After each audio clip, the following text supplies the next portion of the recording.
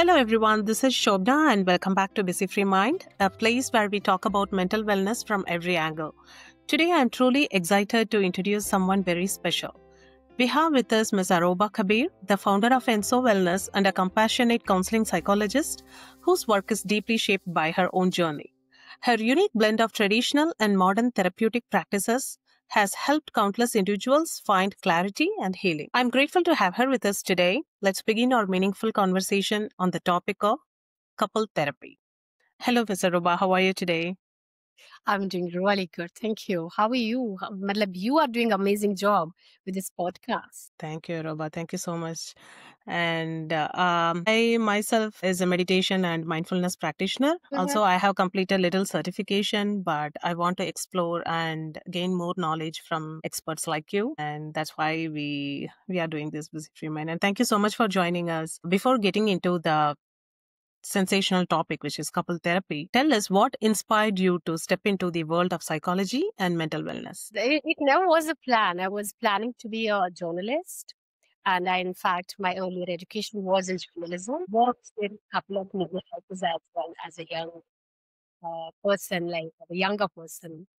And then I got diagnosed with this genetic disorder called cystic fibrosis, which brought a lot of changes to life. And that is when I personally had to take help from psychologists, psychiatrists, because I was diagnosed with anxiety, depression, and self harm ideations.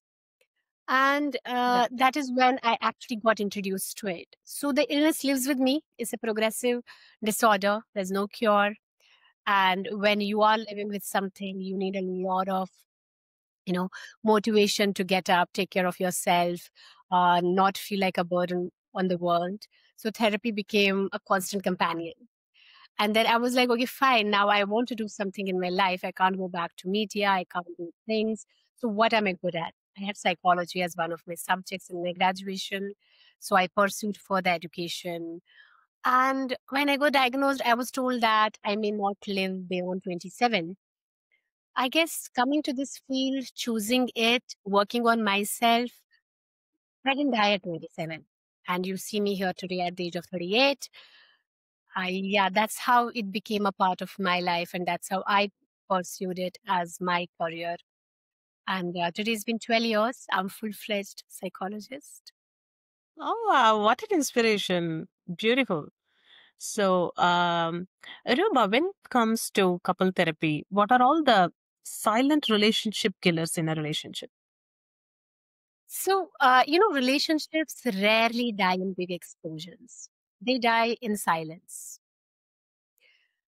It's the tiny things in your daily conversations, like when your partner shares something and you just, hmm, huh. That one is fine. But when you do 300 hmms around the year, that kills an intimacy.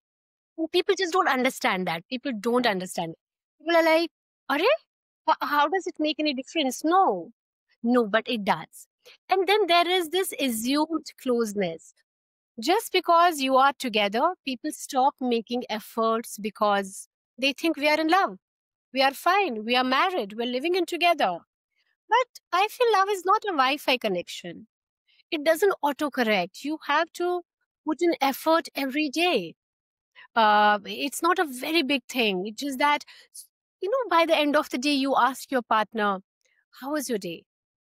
That one question that, is there something you have been holding in it? Oh, these are the small things that people do. I really feel a lot of relationships will be, healthy. Inside the bedroom, outside the bedroom, in the wall, they'll grow as two human beings who are contributing to each other's growth. Beautiful. So, when we talk about silent relationship killers, can we add the emotions that we don't explicitly say to our partners? Absolutely, absolutely. There are these when you are not expressive, communicative, when you are talking to your partner, expressing, you feel, having these check-ins with them, all these emotions go into resentment. There's a lot of resentment built in a relationship. When there's a resentment, the distance comes automatically. It does kill the relationship. You are doing your Right. job, their job, you're taking care of the children, you're doing household things, you're taking care of everything, but there's a distance between you. That kills the intimacy, that emotional intimacy, that connection. You aren't having any more conversations with each other, which you need to have. You are having the functional conversations. Right. So, what is a healthy conflict and what is the toxic patterns in a relationship? Fights are normal, would happen, fights should happen, but healthy couples fight. It's about how you fight with your partner. Healthy conflict feels like we are on the same team, we are fighting to solve a problem. And the toxic fight Okay. feels like I need to win, you need to lose. I need to be right, you need to be wrong. I need to prove it you're wrong and I'm right. And that is what happens in toxic conflicts. When there is a healthy conflict and two people are fighting about the same cause, that can be for understanding, for something, whatever is there, that when they fight for that, they actually feel closer after a fight because now they have understood each other better. That's a funny thing. But yes, harder conversations will bring you more closer with each other. But in toxic relationships, when you fight, you feel like, you have ran a marathon bare feet. You are trained, exhausted, and you don't want to get close to each other. You're questioning, am I in the right Mm. relationship even? So I just tell people that when you are having an argument, pause and ask, are we trying to fix the issue or punish each other? Are we fighting the same problem and trying to find a resolution, or are we trying to, put the other partner down? You will be shocked how Right. quickly energy can shift and things can be resolved. Beautiful. Beautiful. How social media is secretly impacting the relationship. Now, social media is everywhere. It's with teens, it's with kids, it's in between the couples. So, do you think it impacts the relationship? If so, how it secretly impacts the relationship? 100%. And the worst part is it is silent. It is sneaky. It disguised as entertainment. We're constantly comparing our real relationship with someone else's highlight reel. You see a couple, Maldives, and suddenly your partner giving you chai feels basic. It doesn't mean a big thing then to you because you're like, oh, that person got proposed. That's exercise. But the person who stayed with you in the hospital or checked on your parent every day goes unnoticed, becomes nothing. So then, and when you are on social media, then there is this dopamine addiction. Reels give your brain these teeny tiny highs. And after a while, real love, slow love, consistent love feels boring. When I was about to get into a relationship and somebody asked me that, what kind of a relationship would you want? I said, boring. And they're like, are you serious? I said, yeah, I want consistency. I want calm. I want slow. I want to be able to know what is going to happen. Not like every time I'm hyper vigilant, my antennas are high, and I don't know what is going to happen in the next moment. Because that is what will give you stability. If you are in a hyper vigilant mode all the time with your partner, then how can you grow in other areas of your life? How can you focus on your physical health, your financial health, your social health, your anything? So, social media does that to you. And then emotional cheating also we have seen a lot because of social media. You having a difficult conversation with your partner, aren't able to express yourself, resolve it, and silently that conversation slides in the DM with someone else, and the emotional bonding begins, not physical but emotional. and then you share that joke or a frustration with someone who's not your partner, and the Right. bond shifts. Now you are somewhere else spending that emotional energy. You would not be able to give that emotional energy to your partner. So, one Right. simple rule I tell people that if you wouldn't say it with your partner sitting next to you, don't type it. Mm. Don't ignore these small moments in your relationship, because that is what is giving you that stability, having your back so that you can flourish in other areas of your life. You can spend that hour in gym without thinking that what is going to happen back home. So don't Right. just look at people's highlight reels and think, oh, something is missing in my life. But social True. media will do that because that's how the psychology or branding is such. Yeah. Do you think we can use the social media positively? I love social media, Shobna. I feel Mm. that it is a blessing as well if you use it correctly. Uh, People who use more social media and spend more time, get more influenced, are the people who have low self-esteem within, Mm. who feel lonely inside. They aren't just Right. alone; they feel lonely inside. They have these emotions unresolved from their past, and they're trying to find that balance, and they're trying to find that dopamine rush online. Not only Mm. social media, there are all other websites as well where people spend a lot of time. Mm. So if you are someone who's spending a lot of time over there, getting influenced, comparing yourself, even when you have to make yourself feel good, you do that. Take a step back and ask yourself, what is happening in my life? Why am I spending so much of time? The problem is not in the relationship with your partner. The problem is within Yeah. yourself, the relationship you have with yourself. There is Right. something missing, because if that is healthy, that is balanced, you wouldn't want to spend so much of time on social media.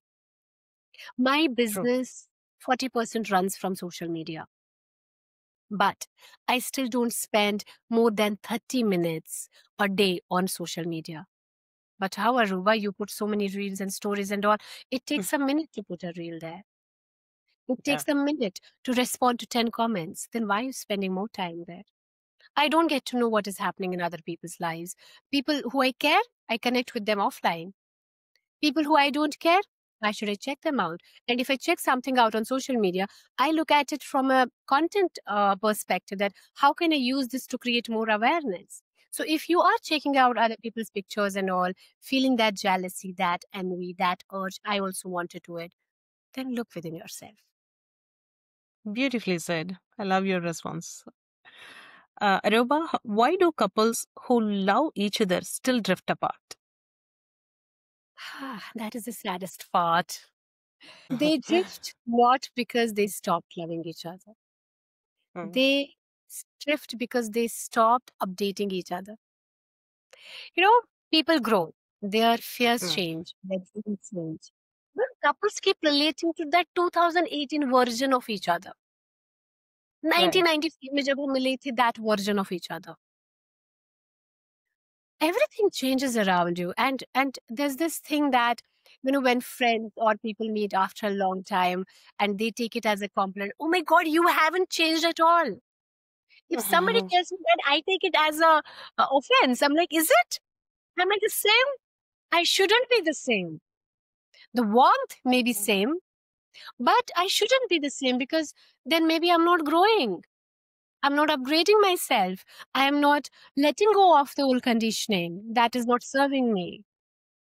We Mm. shouldn't be same. We aren't supposed to be same. So when two people are together, they don't update each other, and that is when they start drifting away. They meet a new person, and that person sees them for who they are today, not who they were back 5 years back, 4 years back, a year back. But couples are like, no, I know her so well. I'm like, you knew Mm. her so well. Do you know her now? The woman goes, I know that this is his favorite. This was his favorite. Have you asked Mm. him that it's still your favorite? And then life happens, kids, work, finances, relocations, transitions. So they start living parallel lives under the same roof. Right. Meanwhile, so many needs go unspoken. She needs emotional insurance, but is not getting. He needs appreciation, not getting. So both stay silent because they don't want to sound needy. I have Hmm. a client, they was having a conversation with one of my male, male client was telling me, from social media, from conversations with other people, I have understood that I should be more emotionally intimate or mindful around my partner, but I'm not able to do it because I feel that I would sound needy. My male ego does not allow me to do that. I feel that I would sound cheap. That's Hmm. not in behave. I said, Hmm. okay. Few weeks back, I was having a conversation with one of my female clients, and I asked her that why did you not have that conversation with your partner? And she goes that, this stereotype that women cry, women are needy. I don't want to be that. So but at the Hmm. same time, best friend of mine who I can go and talk to, I said, but he's male as well. Now, I wouldn't be surprised if after 6 months, after 1 year, she feels more of a connection with this male person, the friend. I wouldn't be surprised. Right. This, they don't want to sound needy. They don't want to sound cliche, stereotypical, whatever people have said out loud that men should not do this, women should not do this. They don't want to do that. And that is what drifts them apart. I don't see when couples cheat on each other in infidelity. I don't see couples, whichsoever partner has cheated. It's not that they don't love this person. They very much love this person. They be with this person. So I would say every week ask each other what mattered to Hmm. you this week. That one Hmm. question prevent a lot of disconnection. Right. Do you think society plays a role in creating the stigma, like male should be like this, female should be like this, male should be strong, female should be like take more responsibility when it comes to kid and managing home? Do you think these social stigma make people to not open up between themselves, between the couples? I would say 100%. Right. Especially our South Asian culture where relationship is not just about two people. The relationship is about everybody else. Yeah. Yeah. So you Hmm. want to do something for your partner, but you feel that how are other people going to perceive it? You want Hmm. to ask for something from your partner, or you don't want to do something for your partner, but you are like, oh, then I'm not a good girl, I'm not a good boy, I'm not this, I'm not that. So you are Yeah. constantly, apart from your own voice, there are so many voices in your own head.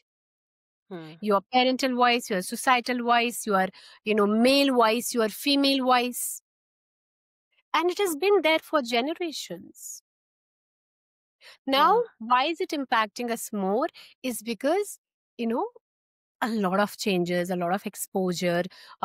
Maybe 10 years back, if I lived in US and how I wanted to be with my partner, I could be because my mom and Hmm. dad are not every day. We are not FaceTiming, we are not Yeah. talking, they're getting to know. So I could still do what I wanted to do if I wanted to do.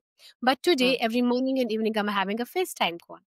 I'm having a WhatsApp conversation. They're getting to know what is cooked in my kitchen or where did I spend that money. Right. So I want to hold on to myself.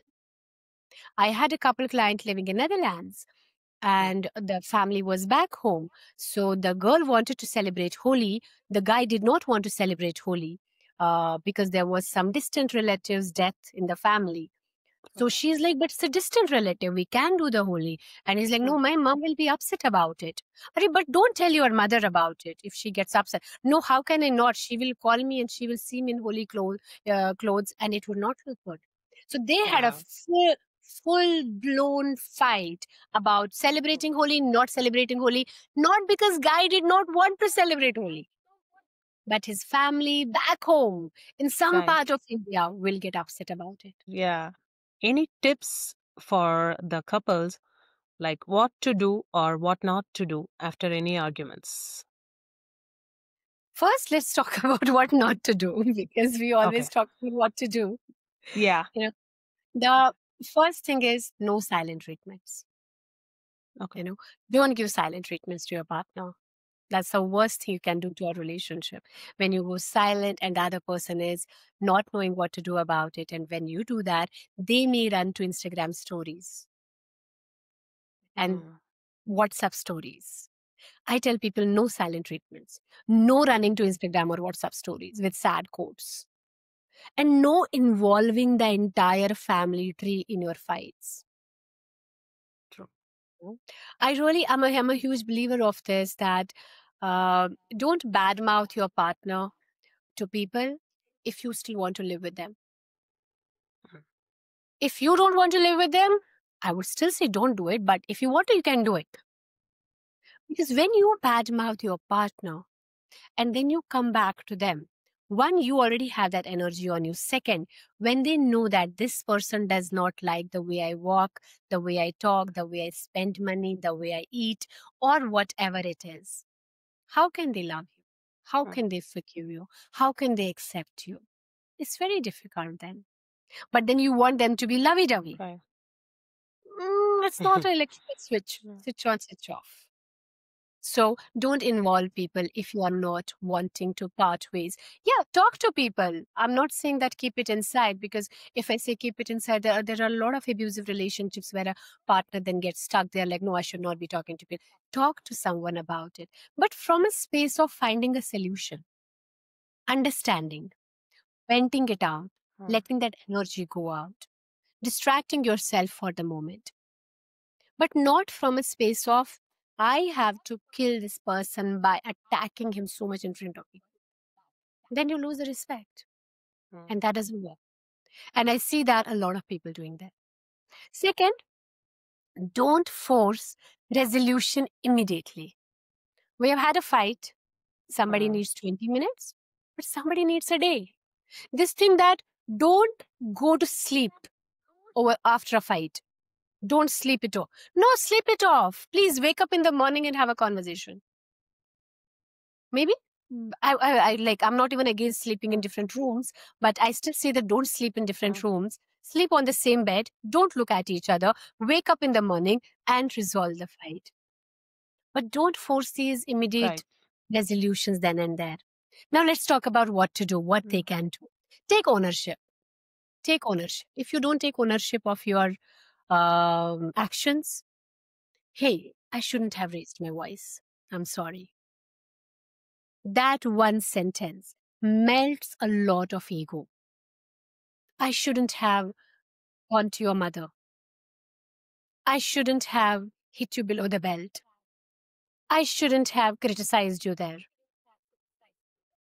That one sentence melts a lot of ego. The name, the name, the emotion behind the behavior. What were you feeling? Mm. Not Mm. like you were rude, Mm. but maybe saying that I felt scared. You were pulling away. You were distancing yourself Mm. from me. You were becoming this person I did not know. I was getting fearful. Name the emotion. In therapy, we have this thing we say, name it to tame it. If you want to overcome something, you have to speak it out loud. You have to name it. What were you feeling? If you do Mm. that, if you take the ownership, responsibility, where did I go wrong? Yesterday, I was having a conversation with a client where she was talking about her partner. And in the entire 30 minutes, the person did not talk about themselves at all. I said, but could that be the thing? I'm sure there must be maybe one glare, one expression, one word, at least just one. You might have done, you might have spoken, you shouldn't have. Or maybe you cried consistently. There must have been one Mm. thing because taking that ownership, you don't take ownership, you don't have an acceptance, you don't change things. You can't change things because you don't know what you Right. are changing. So Mm. after Mm. after any fight, ask your partner, what do you need right now? Space, assurance, clarity. What do you Mm. need? right now. Calm yourself Mm. down, come back, and ask this question. You would be amazed how much healing happens instantly. Right. Right. Aruba, tell us 5 things that strengthens any relationship. Just 5 things. So, number one is consistency. Small daily gestures beat big Valentine's Day gestures. You know, Mm.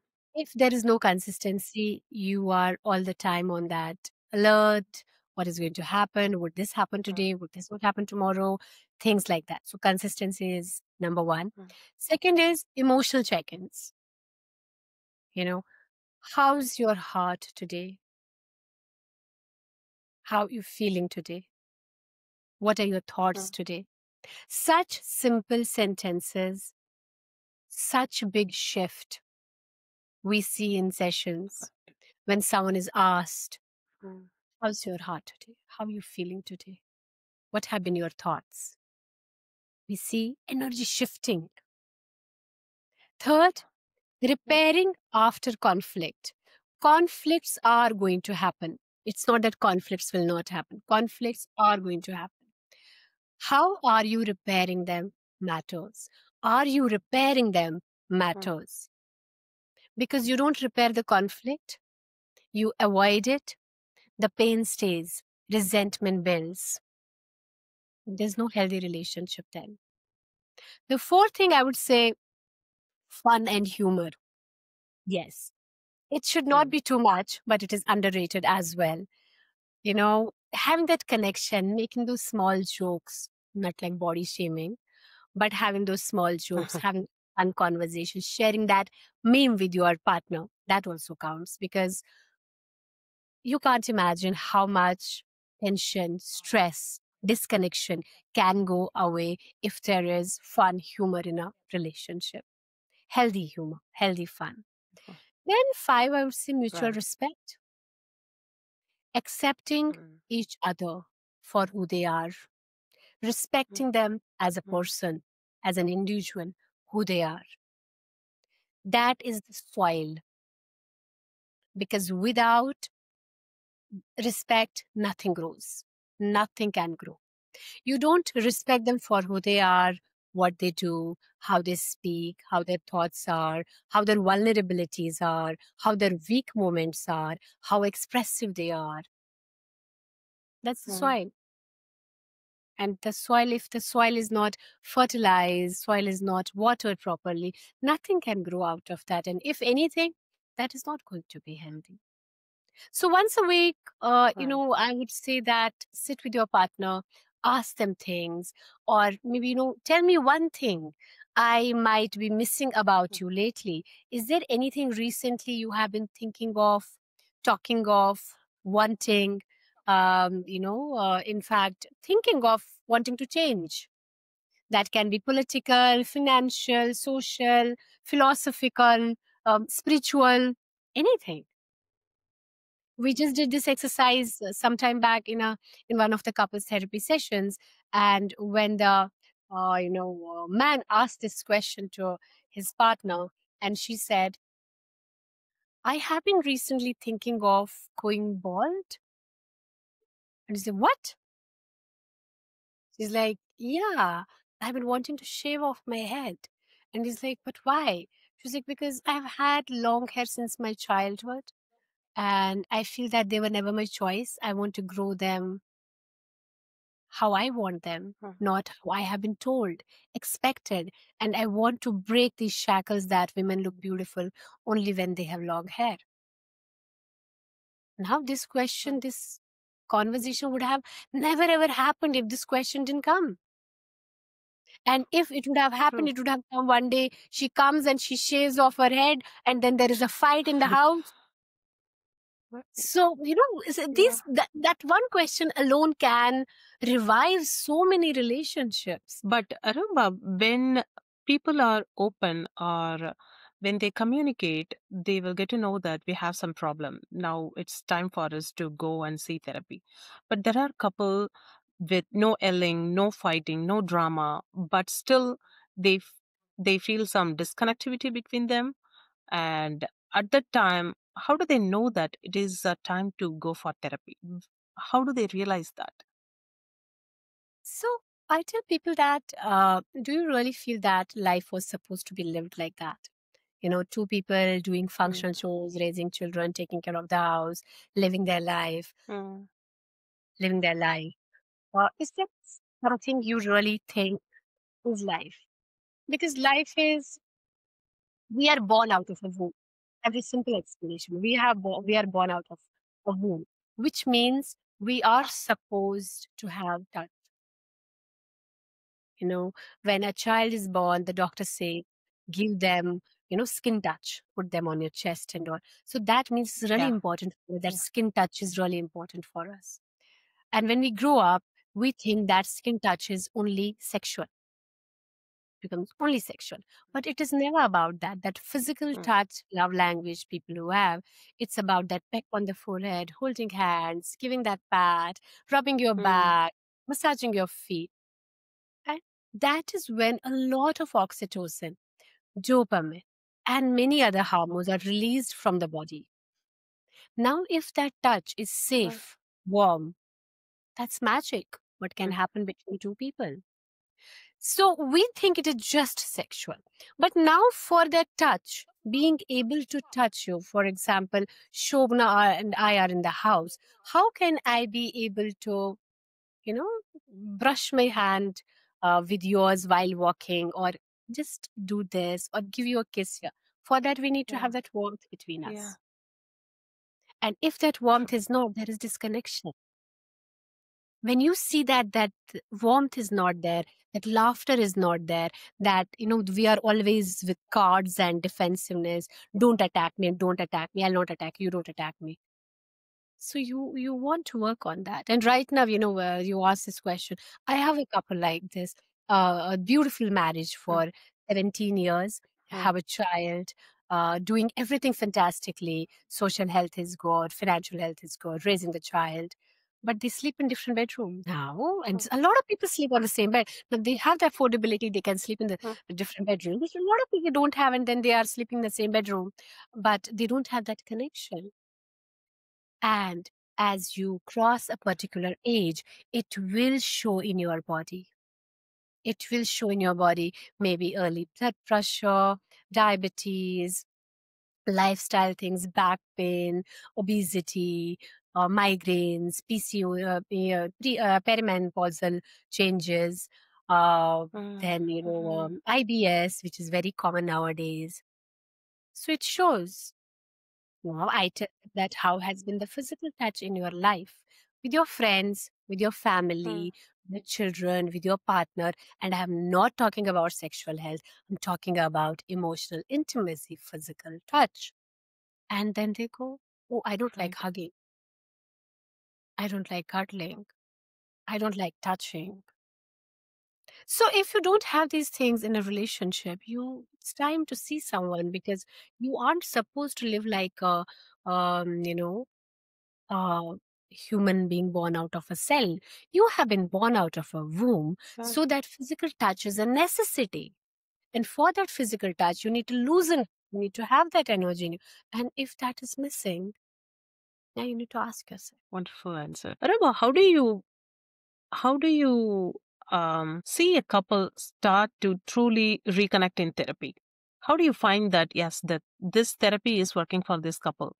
Wow. So one thing what I have realized is that when a couple is reaching out to you, they reach out to you for two things. One is that they already are done with the relationship, and they Mm. just want someone else to decide that for you and say it out loud for you, that you want meant for each other, you should part ways. And before the couples therapy session, I have this way that I talk to the couple individually, and I ask them Mm. the real motive they have. Do they want to part Mm. ways? Are they with this relationship? Would they like to try it, or are they wanting to try it? So, if a person goes,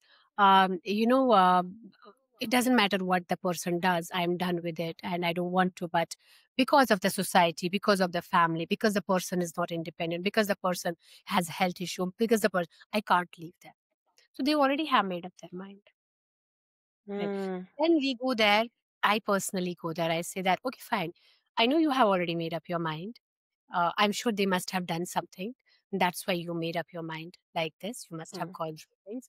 But how about we keep an open mind? If there is a change, would you like to rethink about it? And there are two kinds Mm. of people. Yeah, yeah, I'll keep an open mind. If there is a change, I would like to rethink and work on that relationship. And then there are people who say that, no, it doesn't matter. I have found my calling somewhere else. Maybe, I want to go more in business or I want to travel more and I already have found someone else. I can do that. So you already know what is going to happen, kind of a thing, right? And then after 3 sessions, after one more thing, I have when I see a couple working with me, if I see there's respect, doesn't matter how Mm. bad they are fighting, differences they have, but there's respect, they allow each other to speak. They may not agree, Mm. pull against it, but they allow each Mm. other's and they don't only point their issues, they even take accountability here as well. The chances are we can repair those relationships faster. The chances are because they're listening to each other.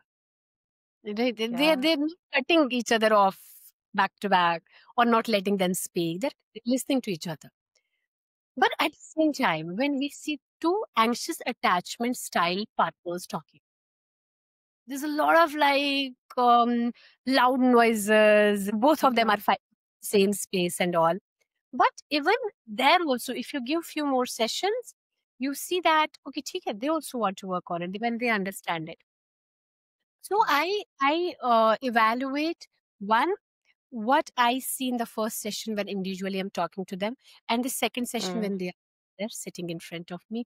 The third thing, along with the couple sessions, I continue having individual sessions with them. So if they show up for those individual sessions, then they are seriously wanting to work on that relationship. If they're like, no, no, no, individually, I don't need any work. I only want you to fix us as a couple. I'm like, I'm not a plumber. I can fix you. You have to do something for yourself. And that will happen in the individual sessions. So that is what tells me this relationship may or may not work. I have had an honor as well to help people part ways Mm. Okay. beautifully, definitely being grateful to each realizing how they, helped each other grow. I had that honor as well. I really feel lucky that way. But Mm. most of the who come, they want to fix the relationship. They want to repair it. They want to learn. It can be any age. It can be a couple just gotten married, or it can be a couple in their 50s. Beautiful, Arouba. This ends my question set, and thank you so much for joining us today. This conversation was truly meaningful, and I hope everyone listening found something that they can carry into their own life. And viewers, thank you for tuning in. If you enjoyed this episode, don't forget to follow, share, and come back for more interesting mental wellness conversations. This is Shobana. See you next time. Bye bye.